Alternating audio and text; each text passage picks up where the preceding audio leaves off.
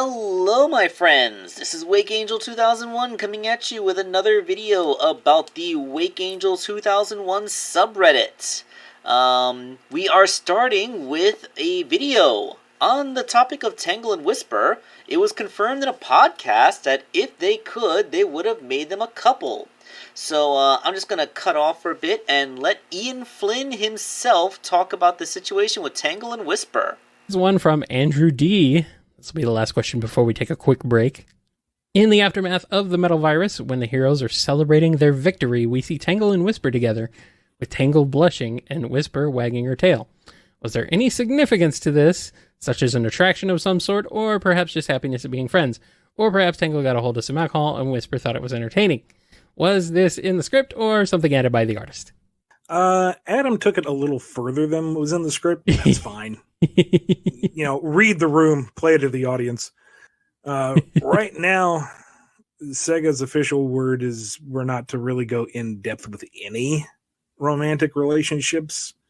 So they're just really, really, really, really, really, really the bestest of friends. Uh-huh.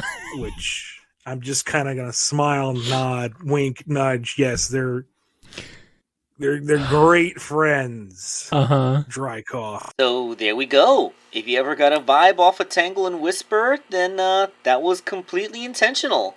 And the only reason why they're not officially a couple in canon is because of Sega's unusual prudishness when it comes to this franchise. I'm not going to throw Sega under the bus and say that they're anti-LGBT here because, Princess Sally kind of got written out of existence because Sega didn't want Sonic to be in a significant romantic relationship. So it seems to be more of an anti-romance thing than an anti-LGBT thing. So yeah, I'm just going to put that way so that nobody thinks that I'm taking any kind of crazy stance here. Although, know that I am absolutely not politicizing sexuality. I think it is really stupid that people ever tried to politicize sexuality because what does that have to do with politics? But yeah, that's all I have to say about it. Next one. This one's by Sparkle Wolf. Okay, explanation. Apparently there was a cut boss from Nights into Dreams that would have been called Self, spelled S-E-L-P-H.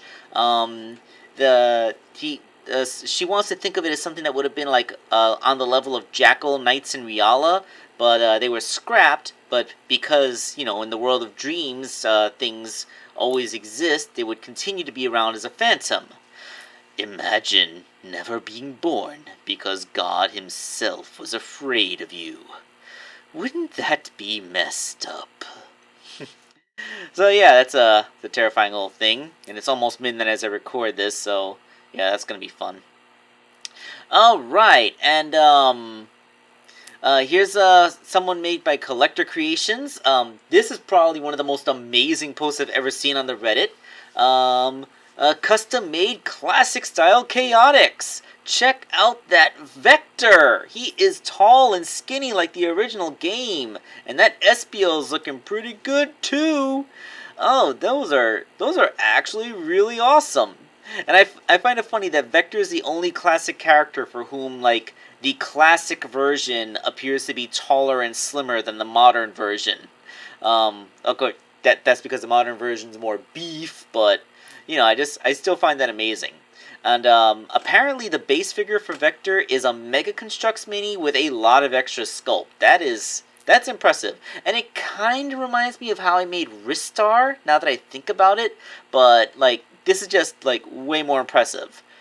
But then the most impressive thing is this! The Sonic and Knuckles version of Mecha Sonic looking pretty freaking awesome! I mean, that is so amazing that it can actually take on poses from, the Sonic and Mario crossover, Super Mario Bros. Z, I think that's what it's called. I mean, that is, woo! Apparently this is a heavily modified Metal Sonic figure from Jakks Pacific, and I thought that I did something impressive when I made Neo Metal Sonic out of that metal, but holy crap, this puts my efforts to shame. Wow! I think I might have to officially abdicate the crown of top Sonic custom maker to Collector Creations, because they created something like this, and I'm actually somewhat intimidated. So let's go on to a much less intimidating thing. What happens when Dark Guy absorbs a Crimson Dragon? Phantasmal Lord Ultimithil Bishop Bishbalkin? The heck is this? I'm pretty sure that this is a Yu-Gi-Oh monster. Is that what he's trying to say? It does look a lot like Dark Gaia. Like, I'm not gonna lie, that looks a lot like Dark Gaia. All we need is for those things on the side of the head to finish opening up, revealing a bunch of eyes, and there you go. And now back to Jimmy Jackson, who is continuing with the classic style Ninja Turtles. We got Leonardo now, so all we need is Donatello, and he will have the original 4. Looking pretty good. Gotta love those classic looks, like with the fully red bandanas, just like they were depicted in the original comics. Although, like, it's kind of hard to tell them apart when they're all the same color, but at least they have weapons and initials on their belts. Although, if we're gonna go way back, the original comic characters didn't have their initials on their belts. That was something added by the cartoon. I guess to help tell them apart, even if they weren't wearing their colorized headbands, I guess. But yeah, that's all well and good. Sparkle Wolf went ahead and posted this, making their own custom. I do remember the original work in progress is looking a little bit messy, so now we see it a little farther along, looking significantly sharper, and things are starting to make a lot more sense with at least some of the painting getting done. And for a bit of context, the original concept art showing those gigantic lumps on the legs are actually fully intentional as part of the clothing. I get it now. It's just the way the boots look. Okay. So yeah, everything is starting to shape up pretty good, and I think it's coming along quite well. I look forward to seeing this thing officially completed. And then Remarkable Floor posted this picture. I'm simply built different. What are those, save files from Sonic Mania? Is that what that is? I'm not sure, I guess. Collected all the Chaos Emeralds. Yeah, I did that too. I collected all the Chaos Emeralds, playing all the different characters. I still had to collect all the Chaos Emeralds, playing through as Ray and Mighty, but yeah, that's kind of what I did too.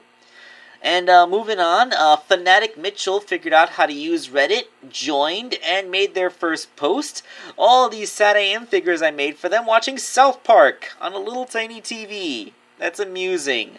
And I'm actually really happy that Fanatic Mitchell, it's comforting to see these figures again. I was really proud of the way they came out. But come on, Sonic, take your backpack off. You're watching TV. Relax with your friends. You don't need to be wearing your backpack for that. Yeah, it's comforting to see those, because I really do feel like those are some of my best figures ever. And here you go, Slim Cognito gave us a meme face. That seems to be a general embarrassed and slightly aroused reaction shot. I remember seeing that for some memes, but have at you, Reddit. Make use of this new meme format to have it react to things. And let's finish up with the Collector Creations posting a first ever successful Target trip. 4 new Jax figures. So Penguin Mario, 2.5-inch Classic Mighty, Buzz Bomber, and Amy Rose. That is quite a successful Target run. And that Classic Mighty blends in perfectly well with the bigger figures that he made.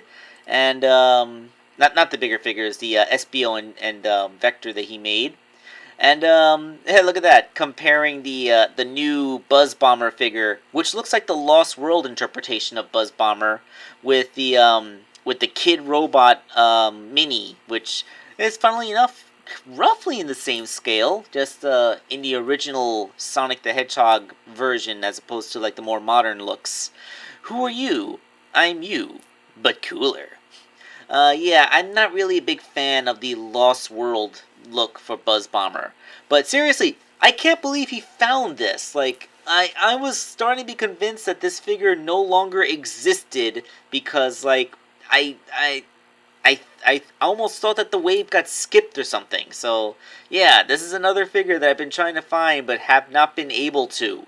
And supposedly it's in the same wave as the classic Sonic holding the chili dog, but GameStop only gets the Sonic with the chili dog. They don't get any other figures from the wave, so only Target gets the full wave. So, yeah, that's fun. Alright, so that has been the Reddit content for this one. I hope you guys enjoyed it. I know I did. And this is Wakeangel2001 signing off.